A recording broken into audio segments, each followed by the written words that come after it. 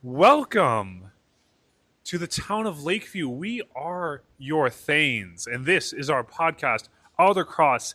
And Oh, hey, I'm Rev. yeah, I'm Revelic. Shit. exactly, and Revelic. We will practice that more in the Hey, future. you can just call me Rev. And and today we're talking about our favorite shows, starting with mine, which takes place in a little town. Little town called Crystal Cove, the most hauntedest place on Earth, where I am your ghoulish guide to Scooby-Doo Mystery Incorporated, which you didn't hear that clang, I did. Which takes place in our titular little town right next to Gatorsburg and just a little south of Jersey. Or maybe it's not. I don't actually know. They don't have a map.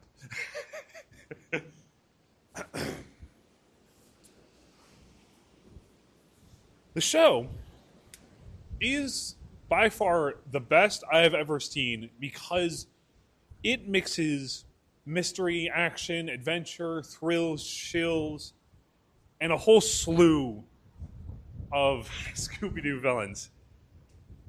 It's my favorite because... Still going? Okay, good.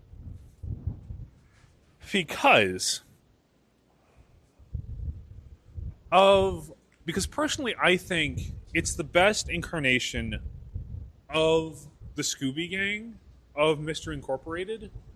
It's one of two shows that actually acknowledges their children, unlike all the others. And it has an overarching story, which I also enjoy. Now, of course, what is this all? Everyone knows the gang. Shaggy, Scooby, Velma, Fred, Daphne. But I've seen a few complaints online about these specific incarnations of the characters. My rebuttal to all of you is that they're teenagers.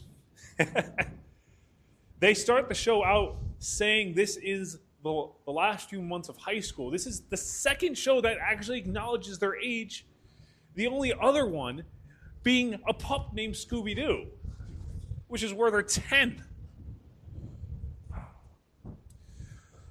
So personally, I think these characters really are expanded from their previous incarnations. It's like a combination of everything that came before them.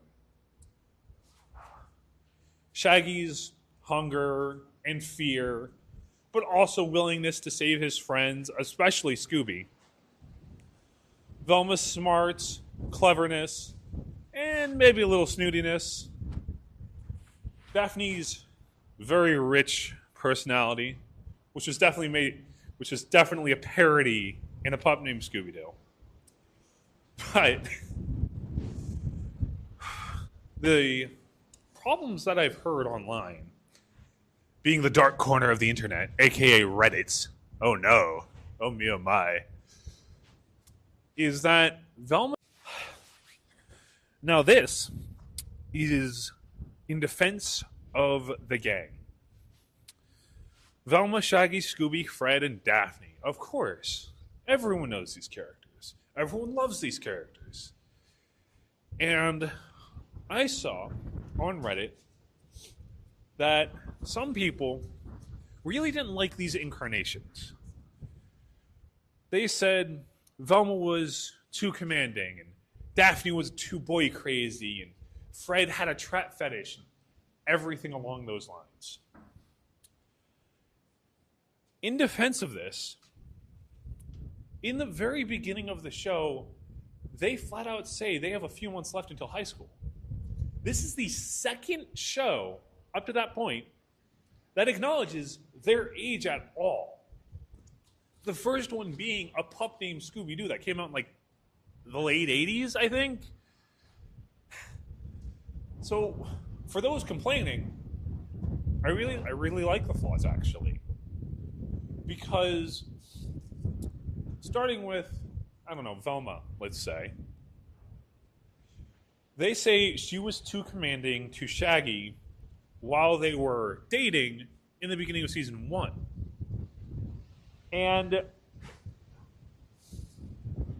I think, personally, that was just her expectations of what a boyfriend should be. Because it was their first time dating. It was their first time doing anything romantic with anybody. And yes, I know in Mystery Incorporated they acknowledged the previous shows like Scooby-Doo and Scrappy, The 13 Ghost, A Pup Named Scooby-Doo, as well as the original Where Are You? But they're still at oldest 18. Being a teenager, right? Doesn't anyone remember being a teenager and being awkward and having certain expectations for things? I think that's what Velma was. She had expectations of what a boyfriend should be. They shouldn't be a slacker. They should wear tight jeans. They should do all of these things. But she was too commanding for Shaggy, but it makes sense. Oh, and Shaggy's too people-pleasing. That also makes sense. Velma's a friend. So is Scooby. He's trying to please them both, but he can't. Because it's very hard to do, especially when you're not emotionally ready yet because you're in high school. It's going to be a little mixed, a little messed up. That should be okay. But, so they're not going to be perfect, obviously. And Scooby's jealous that Shaggy's going out with Velma. Yeah, makes sense. Scooby ends up going out with Nova later in the show, another dog. Shaggy gets jealous then. They're teenagers. It all makes sense. Daphne wants to be obsessed with Fred because she's so deeply in love with him. Fred focuses on traps all the time. It's like, oh yeah, it can be a bit much. It really can. But at the same time, it could very easily be a coping mechanism as well. I mean, hell. There's a lot of twists in this show. One of them being Fred's dad isn't even his dad. His own dad steals him from his real parents, which is insane. So his entire trap obsession could just be coping. The only way he knows how. Oh, good, it's going more. So it still lines up. It's still okay. So there really shouldn't be a problem with it. I get that it can be too much. Teenagers are too much sometimes, though. That should be okay. I mean, can any of you in the mysterious ghostly crowd that we currently don't have, but we'll get eventually, can any of you remember being a teenager and being emotionally unstable? Being a people pleaser or a commander or hyper-focusing on one thing because it's really the only thing that makes sense anymore. How many of you out there have been boy crazy or girl crazy where you only want to focus on this one person for your entire life? It all lines up emotionally. And to me, it gives the characters more depth. It makes them more than what they were in the previous incarnations up to that point. Especially Scooby-Doo or Are You, the 1969 show, the original, of course. It's not like they were bad characters, but they were a little one-dimensional. So really fleshing them out, along with, again, in my opinion, combining all of the previous incarnations up to this point, I do really enjoy that about them. But that's not even the only reason I enjoy this show so much. It's not even the only reason why it's my favorite show. No. The art style, of course, I adore. At this point, you might notice the thumbnails, which I've drawn for these videos, or audios, either way. So naturally, looking at the art style of the show, I think it's really beautiful because it's like almost like a Goosebumps Halloween type feel, but it's also its own. It has bright purples and greens and oranges and reds.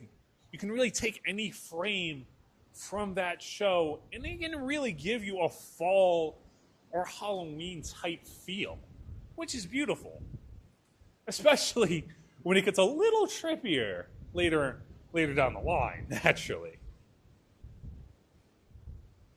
But that's, again, it's only just one reason. I guess at this point it's two reasons. You know what really grabbed me about the show when it came out in 2012, 2013? Oof, it's been more than 10 years at this point. Is the mystery. Naturally, they have their episodic mysteries, like any self-respecting Scooby show would, which means not Velma, not the Velma show, because they want to be shitty. No. They have their episodic episodes with a clown and gnomes and giant crabs and anything else you've come to expect from Scooby-Doo at this point. But they also have an overarching story which did really draw me in. When Daphne finds the medallion in the old church near the beginning of the show, it really puts into question what that thing is. And it unleashes a whole slew of mysteries, which of course get answered as the show goes on. Most of season 1 is just episodic adventures, which is okay. It's good. I like it. I like the creepiness factor, especially when they go to Gatorsburg and they meet the Gator people. It's inventive and honestly kind of creepy for a 12-year-old who was watching it back then. Pretty sure it came out in 2012. And naturally, that drew me in all the more. I adore Halloween and horror movies and even Goosebumps, naturally.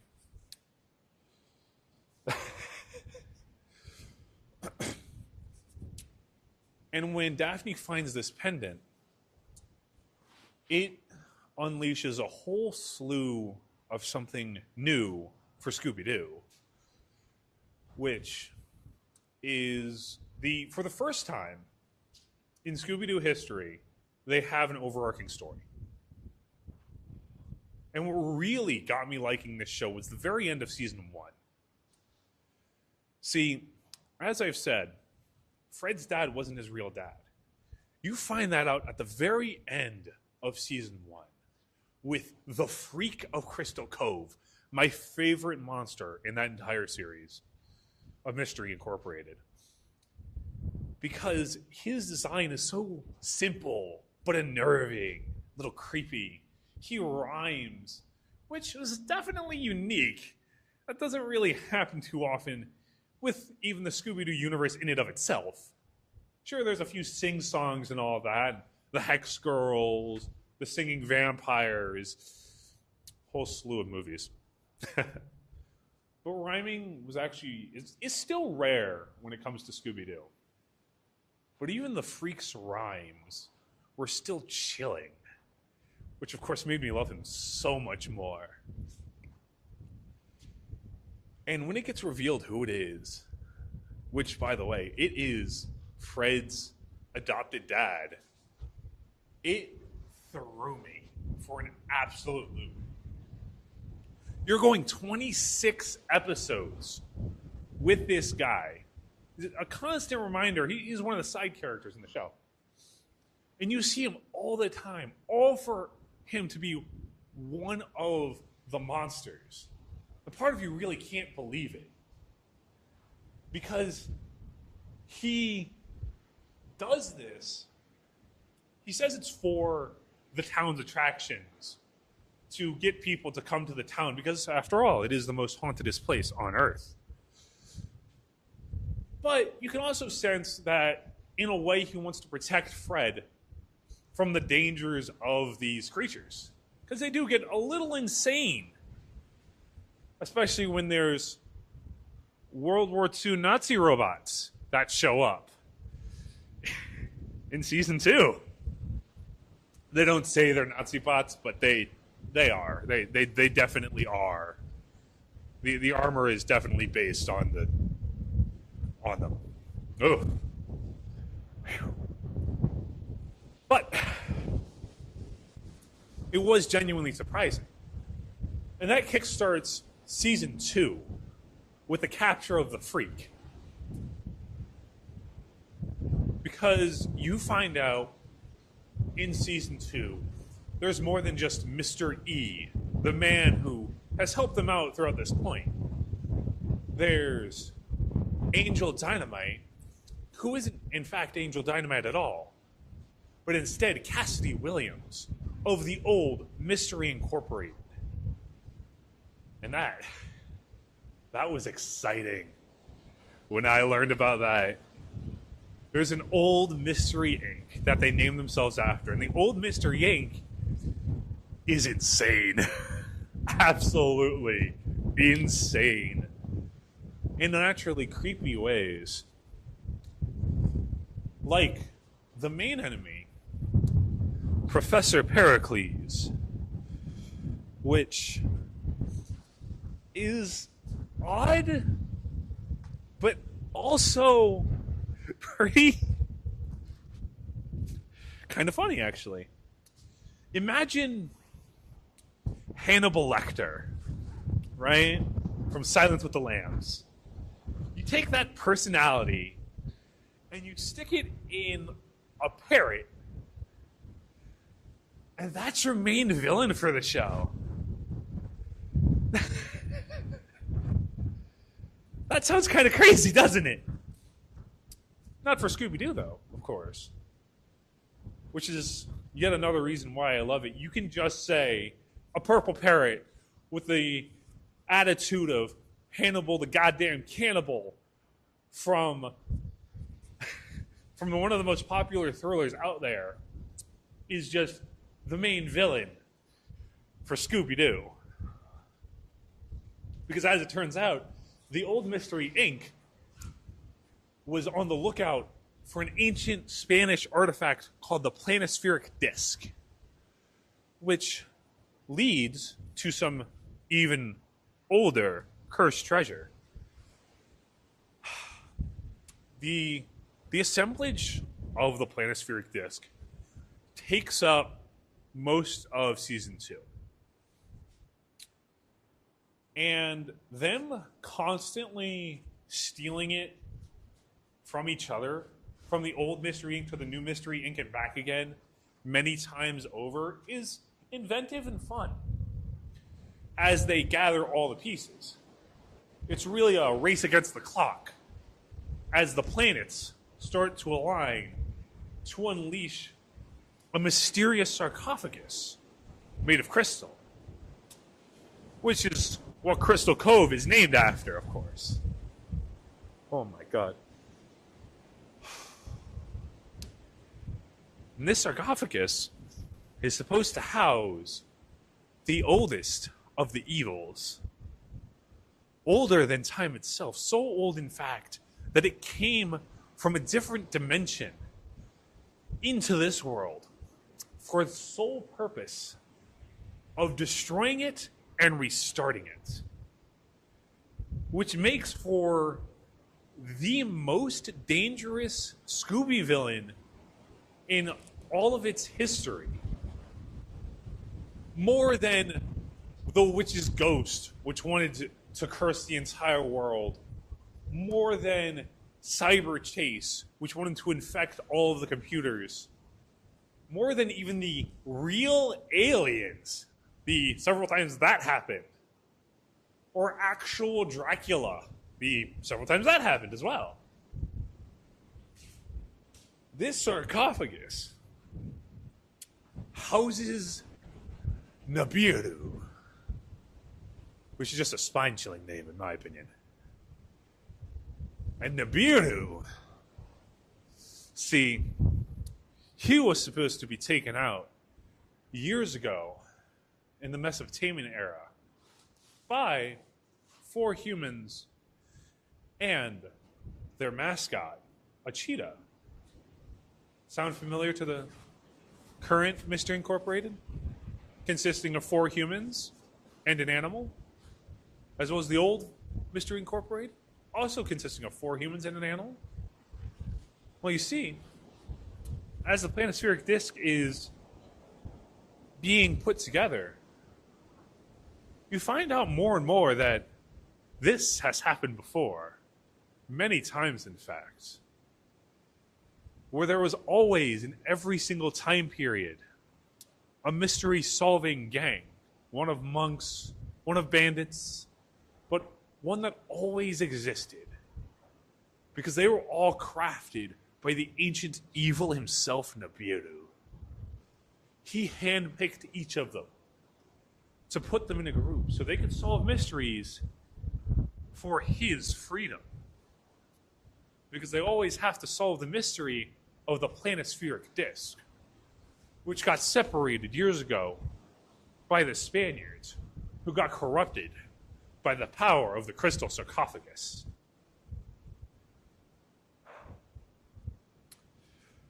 So as you see, that's pretty chilling for something that was supposed to be so laid back like Scooby-Doo, you know, with their crossovers with like Sean Connery and Batman, Wonder Woman and everything. Scooby-Doo is a DC property, by the way. I found that out a while ago. It's a fun little tidbit. But back on track. Well, more like sort of. It's a Warner Bros. Property. Yeah. Warner Bros? Is that true? Oh. See, I thought DC owned Scooby-Doo especially because of their multitudes of crossovers with Batman mostly. Yeah. It's more just because while they can, and maybe they do, it's more Warner Bros. Because, well, Warner Bros. Owns DC. That is true. But I also could have sworn there is a official DC Scooby-Doo comic called Scooby-Doo Apocalypse. Yeah. It's supposed to be really cool. I have not read it, but it's supposed to be really badass. But it is an official DC comic. It does have their little watermark. So in turn, it's sort of like DC can own Scooby-Doo, and then Warner Bros. Just owns them all because DC is a product of Warner Bros. Yeah. And inevitably, Disney will own Warner Bros. And own DC. And I am waiting for that crossover. I would love a Marvel DC crossover, but getting a little off track here. Yeah. Same. Just a little bit. Back to Nibiru. Nibiru assembled all of these teams throughout time to assemble the planispheric disk so they could find his crystal sarcophagus with which Crystal Cove is named after. Now, Nibiru, when he is mentioned by Nova, which is Scooby's girlfriend, which he gets midway through season 2, I believe, Nova mentions Nibiru. Because as it turns out, Nova is possessed by an ancient interdimensional alien. The same exact species that Nibiru is. This mystery, it gets a little weird. It gets a little weird. But Nova mentions this name, and when that name was uttered, I was so excited when I first watched this show. Because I so wanted to know what this thing was, what it looked like, what it did, and how it did it, of course. It just made me so much more excited for the rest of the show. Oh, my God.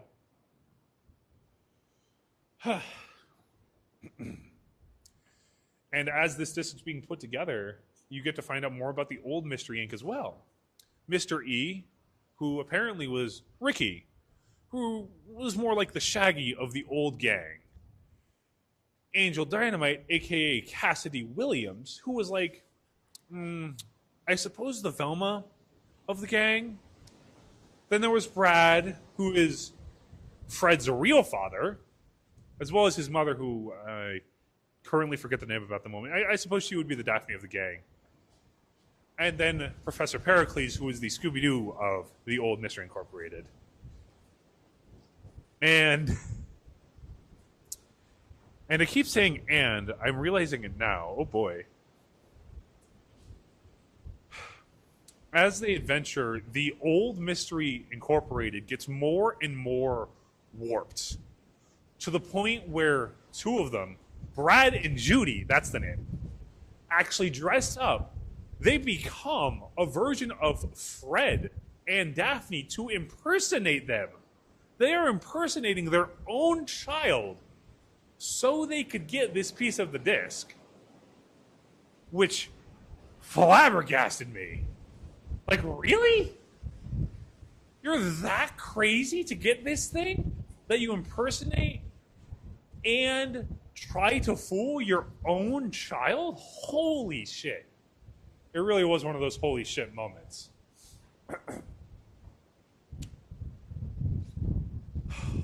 As well as another key moment when DJ Dynamite starts helping out the new Mystery Inc. more and more.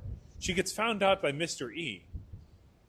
And when they go down into an undersea base, it actually explodes, killing Angel Dynamite. Now you have to understand, up to this point, you've been with her for about 30 to 40 episodes. The entire series is 52 episodes long, by the way.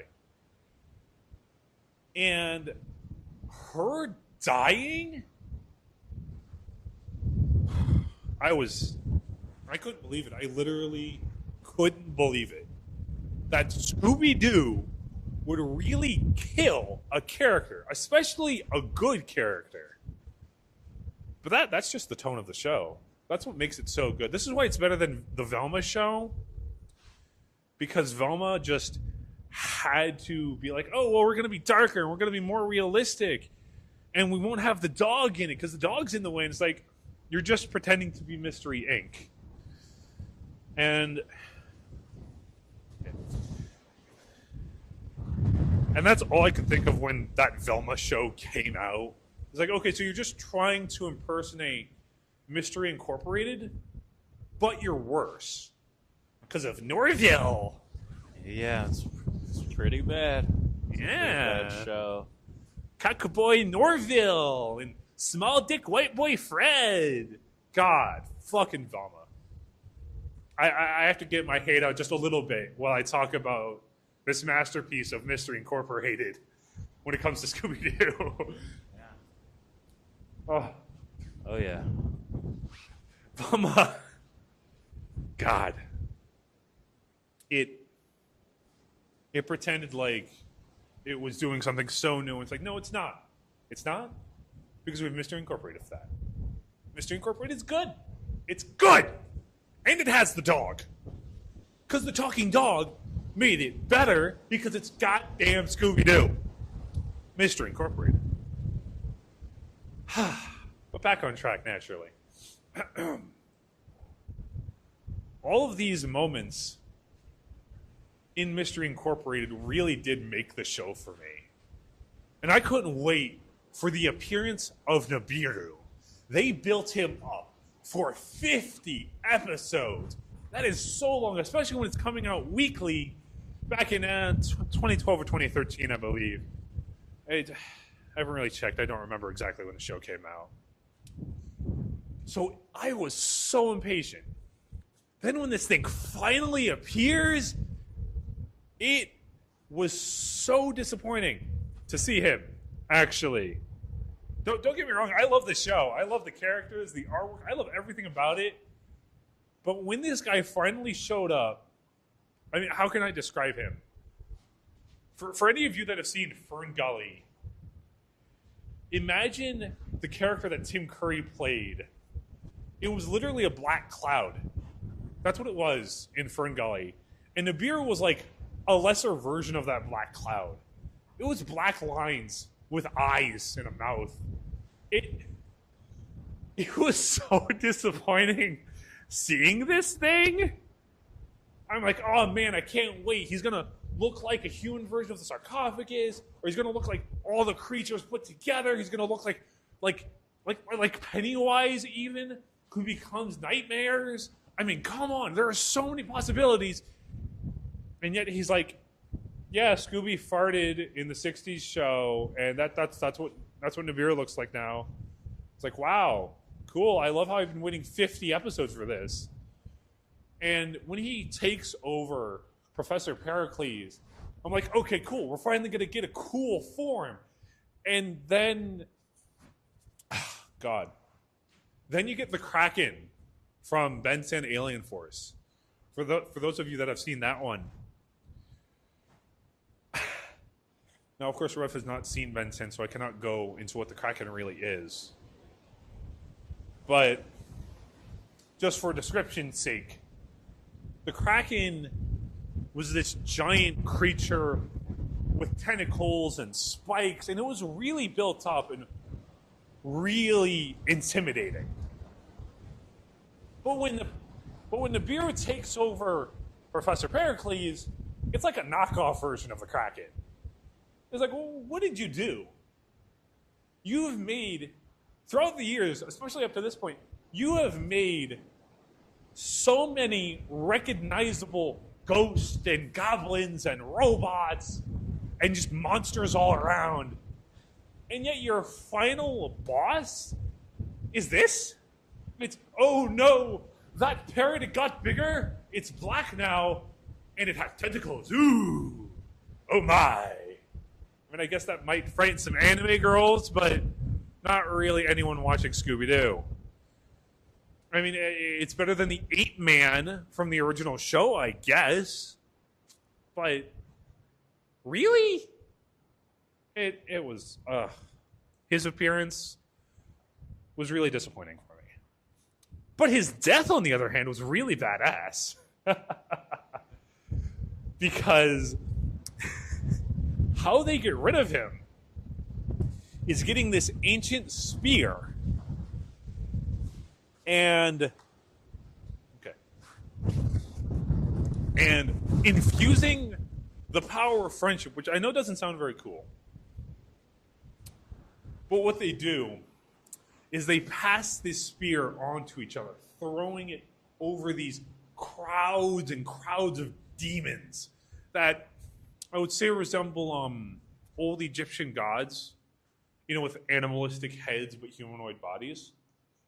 Those things swarm the entire planet, and the gang has to work together to pass on the spear to the next member over and over until it gets to Scooby, who kicks this thing right into the face of Nibiru, shattering him apart. And then all of it fuses together into a giant black hole that sucks in literally all of reality, except for the gang, explodes outwards into a bright light, and restarts the entire timeline. And that is honestly a really awesome ending to a show. Now I've rambled on long enough. We should move on to Rev's topic. Now, see, I hope you guys actually enjoyed that Scooby-Doo topic. Scooby-Doo. Pretty damn good, and I do want to bring this up beforehand. I don't mind condensing my segment a little more for the bigger segment. I don't mind in case if I bring this up, but hearing about Mystery Incorporated, Out Across already spoke a little bit about the newer show that tried to make it serious, more adult-like, the one named Velma.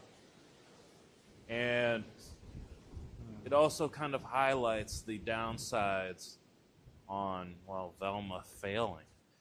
Velma full-on failing is a disappointment because if it was actually good, and if they didn't have to just keep on pushing the same jokes over and over, pushing this agenda over As I said, Small Dick Fred, for instance. Yeah. This show could have actually been great. I mean, what it did look like was an answer to the people wanting the more serious Scooby-Doo show. Clearly, those people should have just watched Mr. Incorporated. Yeah, they should have just watched it. And I'm sure they probably have. They either should watch that or just watch it again, to be honest, instead of watching Velma, unfortunately. Perhaps, Rev, we could make this a whole video in the future? Yeah, it is a very unfortunate event. Very unfortunate. Velma should have, Mission Incorporated should have let Velma run, and they couldn't run with Velma, which is very disappointing. I do want to say that on that point. To my medical show people, here's my segment. Here I am. Smooth transition. Here I am. Hope you enjoyed that segment. Now we're going to go on to medical shows. Now, I do want to preface this immediately. I want to bring this up real quick that, look, we're talking about our favorite shows. Outacross has chosen Scooby-Doo, Mystery Incorporated. Fist bump. While I have chosen House MD, House Medical, whatever you want to call it. I have chosen this show for this segment. It's only because my number one actual show will be kept for a future episode. That's Rick and Morty. I've rewatched Rick and Morty for, honestly, way too many times now. 20, I would say, give or take. It's about to reach there, yeah. It's about to reach there. Soon enough, we're just going to lose count. But it's about to reach there. I think we're at 17. Don't worry, Lakeview Bandits. We will cover it in the future. Yeah, we're going to cover Rick and Morty, but I have chosen House as this is one of the few shows. You guys have to understand this feeling. This feeling when you go into a show, you're in there for the long run, or you're in there for a game for the long run. It happens with each type of media. You go into it for so long, you've enjoyed it so much, and you finally finish the show. There is now a hole that you can't fill. There's now a hole that you just feel like is impossible to be filled. There's a few holes that we will cover in the future. When I say holes, I mean shows that left that type of feeling. Yeah, correct. And this was one of them to me. This is one of the shows where I watched it and I just couldn't help but wonder what was next. I didn't know what was next. I tried going to Grey's Anatomy. It's not greener on the other side. Was it grayer? Definitely. No offense to the Grey Anatomy fans, but if you guys need to watch House. Same medical show stuff, the same premise, and of course it's very focused on the main characters of, for example, like Chase and House, all of them. And Foreman. And Foreman, of course. Won't turn on. All right. And Foreman. The whole entire crew when it comes to House. Which I did watch a few episodes just for this. Huh? What happened? I did watch a few episodes just for this. Yeah. This show, while it has the medical side, is truly interesting, of course, because they put it together as if it's a puzzle. It is a puzzle. Each medical patient that comes in, it is a puzzle, and that is the whole thing about House, that each time he is there for the puzzle. That's what gets him interested. Now, while he does care for the safety, whether he likes it or not, the safety, the health of his, well, okay, let's not say safety, let's say health. Safety is a little questionable so with certain things that he does. But he does concern himself more with the health of the patient, as we see more and more through the seasons. The most important part to him is that puzzle. Figuring out the whole puzzle, the whole entire thing, the riddle, and what's going on, that's what's most important to him. He will take the lawsuits as long as he can get through this puzzle. He will take all the medical hits, all the fines. He will take it The puzzle is a high for this man. The puzzle is a high for this man. I cannot agree more. Only having watched 7 episodes, I could not agree more. And the cool thing, too, is not only is it a high for this man, and he needs that high, and that is truly a big part of his character, but the cool thing is he's incredibly flawed, as you see throughout the series. He is incredibly flawed. This man is incredibly stubborn. He can't get the fuck out his way. He can't get out of his way, and that puzzle... The puzzle and his pain is the most important part of House's life. And that's what makes everything interesting, because while you can go through this and you can think, well, the right move for the patient is this move, the right move is this, is going this direction.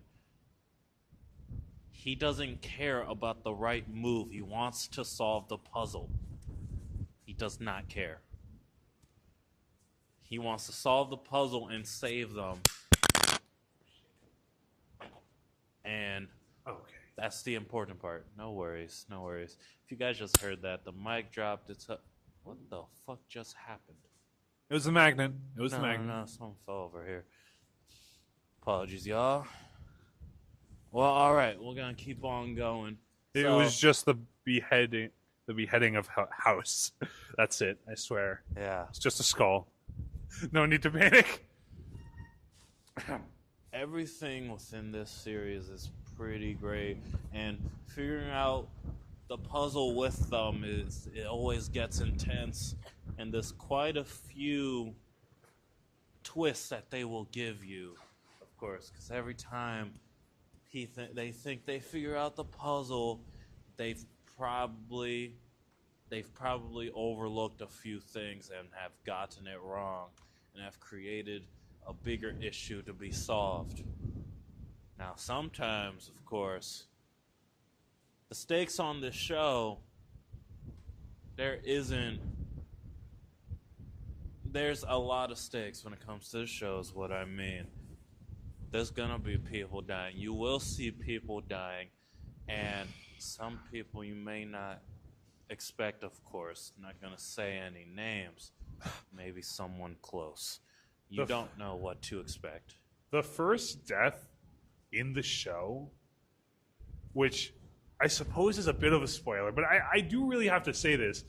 So I am sorry to interrupt, but the first death in the first season, now mind you, I am 7 episodes in to a 22 episode season, and the first death was a baby. What the fuck, House ND? Oh my god! You may continue. And that perfectly shows it. The show is not afraid to show all the downsides, not afraid to hold back on really any issue here. If there's an issue, any issue that you can think of when it comes to humanity and their lives, each individual lives, maybe, I don't know, your sister or your ex-girlfriend has an eating disorder, somebody had something really bad happen to them in some sort of crime way, because we're trying to, I was going to say something different, we're trying to avoid getting our video struck down. That's all. But anything that you can think of that's happened bad to other people, it's probably included in the show. Or even just being born with it. Or getting schizophrenia. Yeah. Even those mental illnesses, everything, they are included within this show, medical show. But the crew goes through it. There's events with the crew that keeps you on your toes. There's always clashing between the crew, and that's what actually makes this crew work incredibly well with each other. They are always challenging each other's thoughts. And always incredibly damaged. Yeah. Very emotionally damaged. A lot of Maybe mentally. emotions running through. And the cool part is it's not just the patients. It's as I said earlier, there's things that are going to happen to the crew. People outside the crew. Hell, the whole hospital that you're not going to expect. This show makes sure to keep you on your toes no matter what, and that's the incredible part about a show like this. It's not a show that you're gonna see the good ending every time. You're gonna see every good path happen. There's gonna be a lot of bad paths. There's gonna be a lot of bad actions. There's not good people here. It's just people, and that's. It is a very human show. Yeah, it's just people, and hell, obviously you're going to see some pretty terrible people too included. It's just how it works. From House's emotions to Chase's emotions, hell, to any of them to, I think her name, just codename 11, if I remember correctly. All of them have trauma. It can get pretty shocking with their trauma. And I'm trying my hardest to make sure that with this trauma, I do not need to spoil anything. Because I would love to hear your guys' thoughts on it. I would definitely like to maybe hear Out Across's thoughts on it. Don't know if they will continue the show. It's a possibility. But at the very least, however many episodes they watch, 7. I would like, if there is more, never know. 7 as of today. As of today, I'd like to hear the thoughts on it.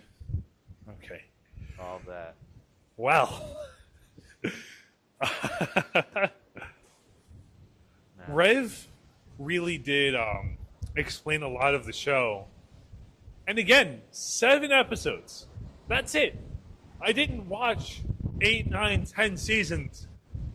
But even with just 7 episodes, and I started this like yesterday actually. And god damn, House an asshole. But they don't hide that from you. They don't hide anything from you. Which is actually something to appreciate about a show like that. I am not really a medical show type person. No, I like my mysteries and my horror and things like that. Like Scooby-Doo, for instance, as I did mention earlier. House, though, I have to say, even after watching 7 episodes, it didn't draw me in. Because I don't think it's my type of show. But at the same time, there is an air about it that really is very unapologetic. That's the thing. House himself is a major douchebag. He will be the first one to say that and agree with you. But his absolute passion for solving these medical puzzles is something, honestly, to be admired to a degree, actually. And God, I'm not really sure how to describe it, actually. It's something about these characters that almost wants to keep me watching. No, I don't watch doctor shows. I really don't. My entire watch list, it maybe has like 2 even medical kind of related things on it.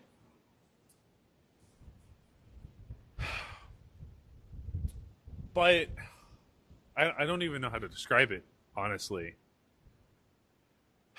Something about everyone being there. Something about their passion, their drive, but also their nastiness, their assholery, even their deceit. This is just 7 episodes, mind you. I don't know what it is, because I honestly could have watched 1 or 2 episodes for this, and it could have stopped at that, to be completely honest. Yet I kept going, and I'm not really sure why. It is something about this hospital and these people that really do keep me watching somehow. I don't know, it's an emotion I really can't describe when I'm talking about this. And it's the, I mean, goddamn, it is shocking, that's for sure. And even with just the 7 episodes I watched, they do not make the best decisions. They are fucked up and broken, but so intriguing because of that. So it gives me very mixed emotions toward this show. So I may continue, and in the future we may have an exclusive House MD episode, or multiple even, considering there are 11 seasons, I think. I might be wrong on that number, but there is still a lot. So I suppose those are just my thoughts overall. And that does actually make me pretty happy there. I want to even bring up, of course, that these relationships and everything that these characters make with each other, they make with other characters, it's all intertwined with each other. It's all intertwined to make some sort of drama, something happening, even some funny moments. Because while it can get serious, they've had their funny moments. I do have to give it to House. His impersonating an American accent, impersonating a British accent was pretty funny, even though that lasted only about like 10 seconds. It was pretty funny. Yeah, House can get pretty funny. He really can. And I do think that one big part that I definitely can say kept me in this show too.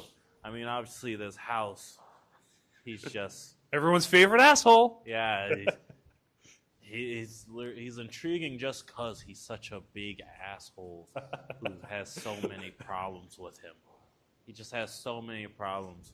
But the one thing that I love to see through and through, and it's always a big part of the show, is House and Wilson's relationship, their friendship with each other.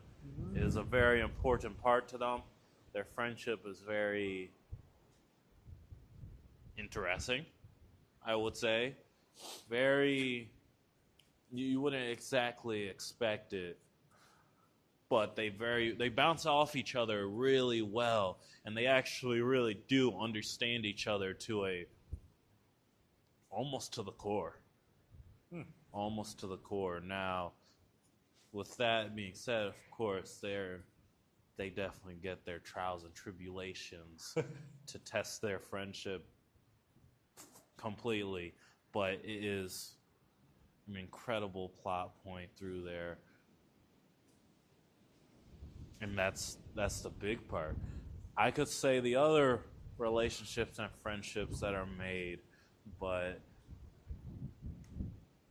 they aren't exactly, I don't want to go exactly deep into them. Make sure you guys watch it. And I also just want to bring up, I do think that for those who actually have Taub as their favorite character that arrives really later on into the show, you're kind of weird. This character is strange, all right? Taub is never... That dude is very, very strange with everything he does. And, of course, he has his own problems. But he is very peculiar with things. Y'all are weirdos if you like him. I will throw that shot out right there. Not like him if he's your favorite. He's quite peculiar. Yeah. I wonder if Miss Peregrine knows of him for how peculiar he is. Let's not go that peculiar. Let's not go that peculiar. But yeah, House has to be a favorite. Chase definitely has to be a favorite. Hell, everyone has a moment where they become a favorite, and I think that's quite hard to do.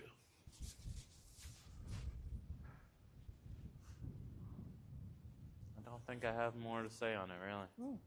Then I suppose this will be our wrap-up. Yeah, I don't have more.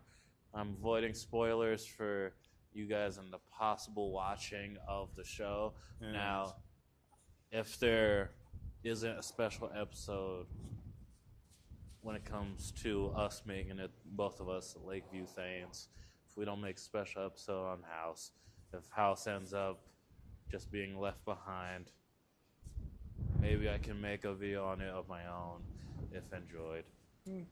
We'll see what happens, I suppose, in the future. Yeah. Now, I can actually say this, and I said this actually in terms of Scooby-Doo earlier, where I said Velma is basically... Shit! Overview, Velma is a huge disappointment because it had so much... There was a lot that could have been made there. A lot that could have been good there. And they had to fuck it up with their shitty writing and... Although the animation is pretty nice in defense. Even coming from an artist standpoint, out of all the Scooby-Doos, Velma, it has some alright animation, to be honest. I think there can be pretty shots in that show. A few. But I believe we should say that possibly for a future episode where we really delve into it. I am on the opposite side, where I think it's actually one of the not as good animated shows. But with me bringing up Velma there, my whole purpose of bringing that up is I definitely thought that after this show, when it ended after a decade of making it or so, it lasted for not for Velma, for House. I apologize, for House. After House, making House for a good decade, my point being from Velma is that there should have been a Chase spinoff. There should have been a spinoff with Chase because he inevitably becomes just I'll say it pretty plainly. This dude becomes a pretty boy House. He's just pretty, and he's becomes very cold like House. He becomes sort of an asshole, which is interesting. Oh boy. Type in the comments if Chase is your boy crush. Nobody's judging y'all. That's a pretty blonde boy. Nobody's judging y'all. We can even I can admit it. That dude's pretty. It is what it is. I can admit it. But so I was hoping there would be that spinoff there with Chase, because it would have worked really well with the way that he was taking after House. Oh boy. I'm kind of curious now. Kind of curious. But with that being said, y'all. Until next time. Yeah, this is Gays, strays, days, and bays. It's the third episode of the Lakeview Thames podcast. I hope y'all enjoyed it. Next one will be pretty interesting. Next one, I can definitely, is a different purpose when it comes to my part. I can definitely say that. My part's going to be different than y'all think.